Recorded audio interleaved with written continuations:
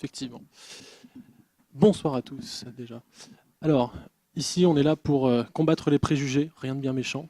Donc déjà, premier préjugé que je vais arrêter. Qui c'est ce mec de l'Est qui vient nous parler du dark web? Rassurez-vous, tout va bien. On va parler de blockchain et de Bitcoin sous un bel aspect. Le premier aspect, c'est effectivement, le titre de mon intervention, c'est Bitcoin et blockchain, émancipation numérique. Alors, effectivement, la question, c'est celle-là. La blockchain, un peu tout le monde en a entendu parler récemment, surtout si vous êtes un fameux rapace financier, comme on a vu en intro, vous avez nécessairement vu passer la blockchain quelque part. Donc je vous ai fait une petite sélection des titres de journaux qu'on peut avoir ces derniers temps sur la blockchain pour qu'on comprenne un peu l'euphorie générale dans laquelle on est. The Economist, qui n'est donc pas un journal qui a tendance à faire dans la caricature, plutôt sérieux, en parle comme de la machine à confiance qui va révolutionner le monde. On a la Tribune en France qui en parle comme de l'invention la plus importante depuis Internet, rien que ça. Puis vous avez d'autres ouvrages, hein, j'en ai mis un, mais il y en a plein d'autres, qui vous parlent de ça comme d'une révolution qui va changer le monde, l'argent, le business. Donc là, vraiment, on est à deux doigts de comparer ça avec l'invention du feu ou du sabre laser, c'est comme vous voulez.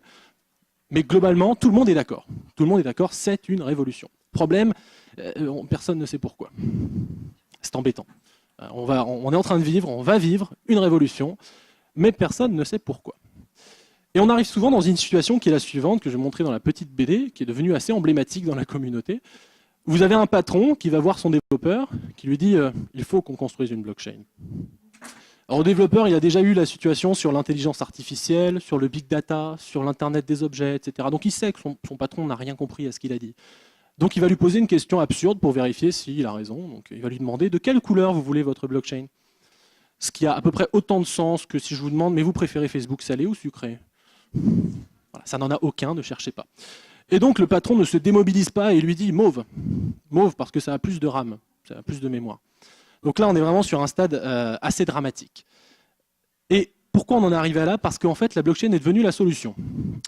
Mais généralement, quand on parle d'une solution, on a besoin d'un problème au départ. Et en fait, on a oublié le problème.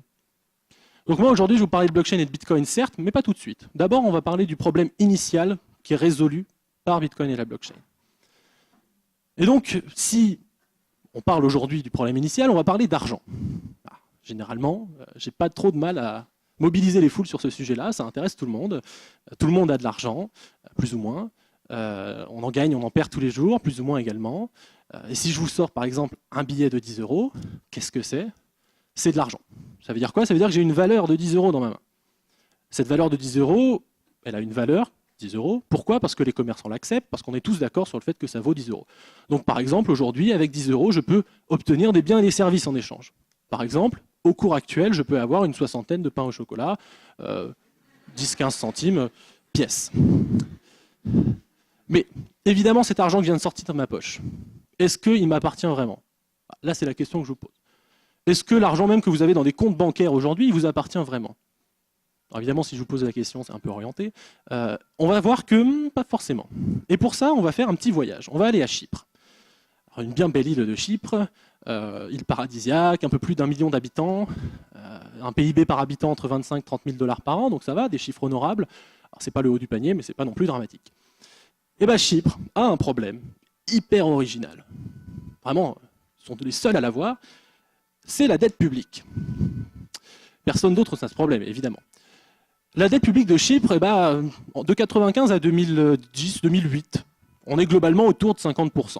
Bon, ça va, c'est pas dramatique, surtout vu les temps qui courent. Et puis, il y a une crise. Pour ceux qui étaient dans une grotte, en 2008, il y a eu une crise assez importante qui a fait que l'économie chypriote s'est retrouvée beaucoup plus endettée qu'elle ne l'était avant. Et donc, en l'espace de quelques années, on est passé de 50% à 100% à plus que 100%. Et donc, en 2013, petite crise chypriote, où les banques chypriotes se retrouvent à devoir rembourser de l'argent qu'elles n'ont pas. Donc évidemment, assez gros problème, mais elles ont une idée de génie. Vous allez vous demander pourquoi elles n'y ont pas pensé plus tôt. C'est résumé dans cette petite illustration que je vous montre juste après. Génial, les gars, on va pouvoir se servir directement sur les comptes en banque. Génial, champagne. Ça a l'air d'être une caricature, mais c'est exactement ce qui s'est passé. Hein. Donc, on rigole 30 secondes et puis après on se dit merde, moi aussi j'ai un compte en banque. À Chypre, 2013, les banques, qui étaient endettées, se sont dit on va prélever 10% sur tous les avoirs supérieurs à 100 000 €. Voilà. Pourquoi pas? Bah oui, on a accès, donc voilà, c'est à nous maintenant. Pourquoi elles peuvent faire ça? Parce qu'aujourd'hui, justement, votre argent, il est sur des comptes bancaires. Il est sur des comptes bancaires, et qu'est-ce que c'est un compte bancaire aujourd'hui? Globalement, c'est une série de 0 et de 1, tout est numérisé. Et donc à partir du moment où c'est numérisé, vous croyez que c'était votre argent? Pas vraiment. En réalité, c'est l'argent de la banque, et puis de temps en temps, vous lui demandez l'accès à votre argent. Et donc ça change complètement la perspective. Donc là, on commence déjà un petit peu à douter, est-ce que vraiment c'est mon argent? Il y a d'autres exemples, hein, je ne vais pas tous les faire, mais globalement, vous prenez la Grèce, vous prenez l'Ukraine, l'Argentine ou l'Inde, il y a 2 semaines, hein, c'était pas il y a 3 ans, il y a 2 semaines, l'Inde, c'est le gouvernement qui, le 9 novembre, dit eh ben, on va démonétiser 86% de la monnaie en circulation. Voilà, merci, vous avez jusqu'à demain. Et c'est pas une blague, hein, c'est vraiment ce qui s'est passé. Donc, qu'est-ce que ça veut dire tout ça? Ça veut dire que globalement, votre argent, il ne vous appartient plus. Voilà, vous avez la réponse à ma question. Pourquoi? Parce qu'on veut que tout soit dans des comptes. C'est la guerre au cash. Qui aujourd'hui utilise encore le cash comme moyen de paiement primaire, ou en tout cas principal? Plus beaucoup de monde. Et ça, en fait, on s'en aperçoit pas trop, mais c'est un petit peu un danger. Et c'est une tendance qu'il y a dans pas mal de pays, hein. Ce n'est pas que les pays en développement. Si vous prenez, d'ailleurs les pays de l'OCDE sont généralement bien plus en avance là-dessus. Si vous prenez la Suède, qui est généralement le chantre du social-libéralisme du Nord, etc., et bien la Suède, 80% des achats se font sans liquide.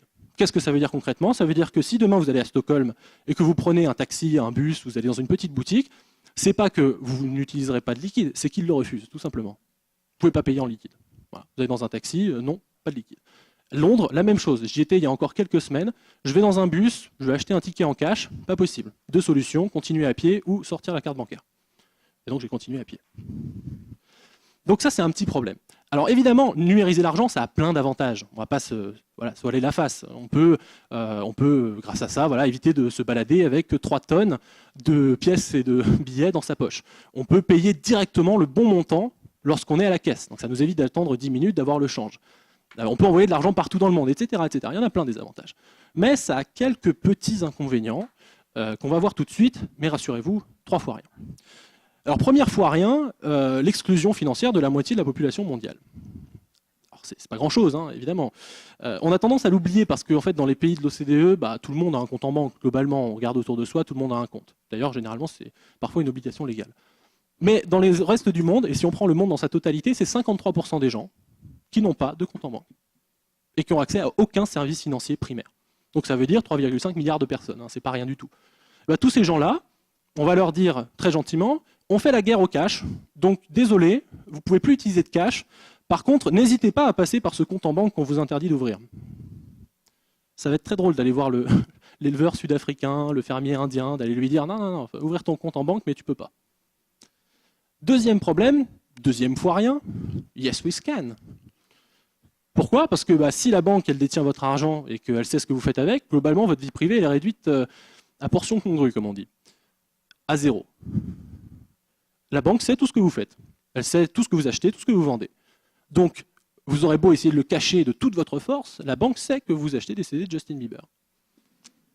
Et c'est ça qui est dramatique. Troisième fois rien, une intermédiation dont personne ne veut. Je m'explique, vous allez à la boulangerie aujourd'hui, vous payez 2 € au boulanger à la boulangère, il reçoit 2 € en cash, très bien, merci, au revoir. Vous utilisez la carte bancaire, vous, ça ne vous change rien, c'est même plus rapide d'ailleurs, vous sortez plus rapidement de la boulangerie. Mais lui, ça lui change tout. Parce que lui, il ne reçoit pas 2 €.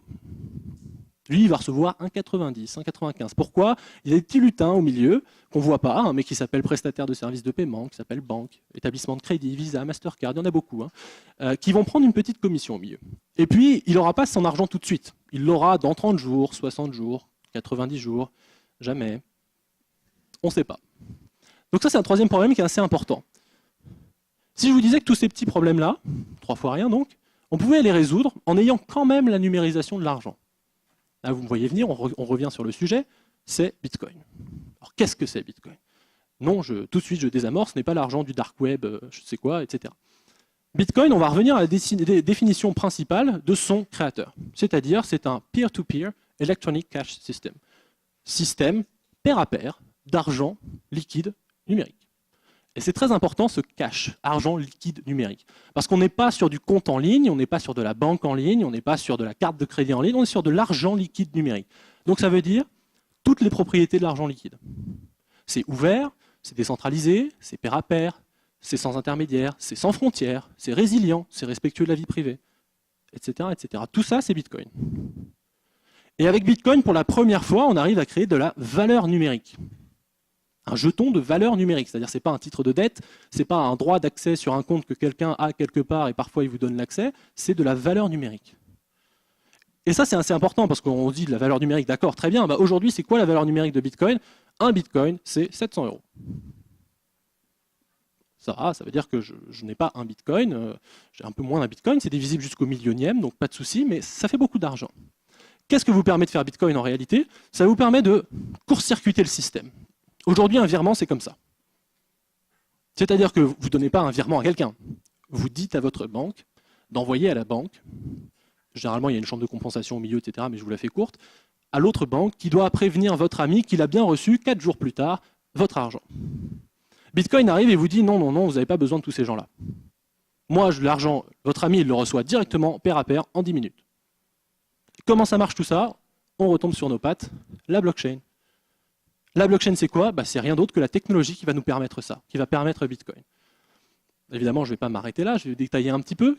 Qu'est-ce que la blockchain? Imaginez-vous, expérience de pensée, imaginez-vous un cahier. Jusque-là, tout va bien. Un cahier dans lequel vous allez écrire plein de transactions, en l'occurrence toutes les transactions qui ont été effectuées en Bitcoin. Donc, on a par exemple ce cahier-là, j'ai écrit des noms bien évidemment fictifs, qui n'ont rien à voir avec l'actualité. Vous avez voilà, Bruno qui donne à Nathalie, etc., Ziad qui donne à Nicolas. Et une fois que c'est dans ce cahier, eh bien, ce cahier, il est réparti. Alors ça, c'est curieux, parce que d'habitude, on le stocke quelque part, ce cahier, on le verrouille, on ne veut pas qu'on y touche. Là, si. Là, le cahier, il est réparti. Tout le monde l'a. Tout le monde l'a, tout le monde peut écrire dessus. Donc là, les deux questions qui arrivent tout de suite, c'est mais si tout le monde peut écrire dessus, c'est le bazar. Qu'est-ce qui se passe? Et la deuxième question, c'est si jamais il y a un malfaiteur, si jamais il y a un malfaiteur qui arrive et qui dit moi je vais effacer une transaction ou je vais rajouter des transactions frauduleuses, comment on fait? Et là, votre cahier, il faut considérer qu'il a un système de validation qui est un petit peu particulier. Comment ça se passe? Sur ce cahier-là, on ne va pas valider transaction par transaction. On va valider page par page. Et ça change tout. Parce que vous pouvez faire de l'archivage périodique, séquentiel. Toutes les 10 minutes, une nouvelle page est ajoutée. Comment on va choisir quelle est cette page? En réalité, on va laisser tout le monde faire ce qu'il veut avec sa page. Moi, par exemple, imaginons qu'on est à la page 47. On veut passer à la page 48. Tout le monde dans le réseau est en train d'écrire sa propre page 48 avec des transactions qu'il a reçues, même des transactions dont il est l'observateur dans le réseau, qui n'ont rien à voir avec lui. Il va faire sa page. Et il y a un algorithme de consensus, ça s'appelle comme ça, qui va déterminer aléatoirement quelqu'un dans le réseau qui va avoir le droit de valider sa page. Qu'est-ce qu'il fait? Une fois qu'il est désigné, il soumet sa page au réseau, le réseau la regarde et dit est-ce que toutes les transactions qu'il y a dessus sont intègres? Oui, non. Ils ont tout le cahier, donc ils peuvent remonter tout l'historique pour savoir si de l'argent dépensé n'a pas été dépensé avant, etc., etc. Et une fois que c'est fait, on valide la page, on passe à la suite. Quel rapport avec la blockchain, vous me direz? Parce que là, pour l'instant, on est toujours dans l'expérience de pensée. C'est très simple. Votre cahier, c'est votre blockchain, tout simplement. Les pages, ce sont des blocs, et la reliure, c'est une chaîne. Les pages, ce sont des blocs, la reliure, c'est une chaîne. Vous numérisez tout ça, vous avez une blockchain. Un bloc avec des transactions dedans. On passe par l'algorithme de consensus dont je vous ai parlé. Le bloc, c'est votre page, il est validé, et ensuite, réparti sur le réseau. Si vous voulez modifier quoi que ce soit, ça va être compliqué, parce qu'il faut aller modifier sur l'ordinateur de tout le monde. Et donc là, évidemment, j'imagine un peu de déception, parce qu'on vous a vendu la technologie la plus sophistiquée du monde, qui va remplacer le feu et le sabre laser, et on se retrouve avec un cahier magique. Évidemment, je comprends votre désarroi. Cependant, sous ces airs un peu chétifs, je viens de vous présenter la seule manière qui existe aujourd'hui d'échanger de la valeur sur Internet, en pair à pair. Vous allez me dire, le pair à pair, ça existe déjà, certes. Ça existe, il y a des torrents, etc. Je peux vous envoyer une photo en torrent. Très bien. Mais en réalité, je ne vous l'envoie pas, cette photo. J'en crée une copie, parce que j'ai toujours accès à la photo après que je vous l'ai envoyée. Donc, c'est pas grave quand il s'agit d'une photo, mais si je reprends mon billet, que je vous donne 10 €, c'est assez important que j'ai plus les 10 € après. Parce que sinon, c'est un peu le principe même de l'argent qui tombe en miettes. Et donc ça, on ne pouvait pas faire avant. Et la blockchain, qu'est-ce qu'elle va faire? Elle va créer la propriété numérique et la confiance dans un milieu hostile, sans intermédiaire. Et grâce à ça, vous pouvez changer de la valeur sur Internet. Alors la valeur, on l'a dit, ça peut être de la monnaie, mais ça peut être plein d'autres choses. Ça peut être des titres, des certificats, des actions, etc., etc. Donc, je vous fais un petit florilège d'applications de la blockchain. Alors, il y a Bitcoin, on l'a vu, mais je vous prends un cas d'usage très simple. Les fameuses remittances, les remises, pardon, ou du Philippin qui travaille aux États-Unis, qui renvoie de l'argent à sa famille, etc. Aujourd'hui, il fait quoi? Il passe par Western Union. Western Union, ça lui prend 4 jours et ça lui prend 10%. Bon. Bitcoin, 10 minutes, 5 centimes pour entretenir le réseau. Voilà. À partir de là, la comparaison elle est faite, on passe à autre chose. Ascribe, certifié de manière indépendante et pair à pair décentralisée de la propriété intellectuelle. Transactive Grid, pardon, c'est à New York, c'est de l'échange d'énergie en pair à pair, passez plus par un intermédiaire. Storage, adieu les fermes de serveurs de Microsoft ou de Google parce que vous pouvez faire du cloud décentralisé. Plus personne pour contrôler vos données. Je termine avec Bitland rapidement, par exemple. C'est au Ghana. Eh bien, on part du principe qu'on n'a pas très confiance dans le gouvernement ghanéen pour tenir un cadastre, donc de la répertorie des propriétés géographiques de chacun. Eh bien, on va le faire passer par la blockchain parce qu'on n'a pas besoin de confiance, on n'a pas besoin d'intermédiaire. Donc tout ça, finalement, ça veut dire quoi? Ça veut dire que la blockchain, c'est récupérer le contrôle sur ses données, sur son argent, sur sa vie de manière générale. Et en fait, je termine de manière un peu lyrique, mais qu'est-ce que ça veut dire? Ça veut dire que pour la première fois depuis très longtemps, on remet en cause des modèles de confiance qui ont existé depuis des siècles. Les banques, les notaires, les gouvernements, etc. Là, on commence à dire, finalement, c'est peut-être pas si utile que ça, ces gens-là. Pour la première fois dans l'histoire, on se dit, je préfère faire confiance, la notion est très importante, à des algorithmes plutôt qu'à des humains. Et là, je vous pose la question, est-ce vraiment ça l'émancipation numérique? Merci.